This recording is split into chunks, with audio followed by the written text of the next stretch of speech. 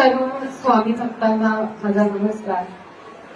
आज मी आयुष्यात पहिल्यांदा अक्कलकोटला आलेली आहे आणि या चित्रपटाच्या निमित्तानं स्वामींनी मला इथे बोलवून घेतलं. याबद्दल त्यांच्या या कृपेने मी अत्यंत भारावून गेलेली आहे.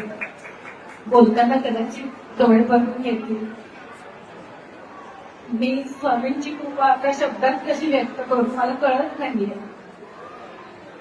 त्यांच्या कृपेने, त्यांच्या प्रेरणेने मला काम करण्याची शक्ती मिळाली. त्यांच्याच कृपेने हा चित्रपट पूर्ण होऊ शकला. काम करताना त्यांचं अस्तित्व आजूबाजूला आहे हे मला सतत जाणवत होतं. सर्व महाराष्ट्रातल्या सर्व स्त्रियांना हा चित्रपट आम्ही समर्पित करत आहोत. अशा स्त्रिया ज्या आपल्या कुटुंबासाठी, आपल्या परिवारासाठी आपलं सर्वस्व पणाला लावून लढत असतात, कष्ट करत असतात.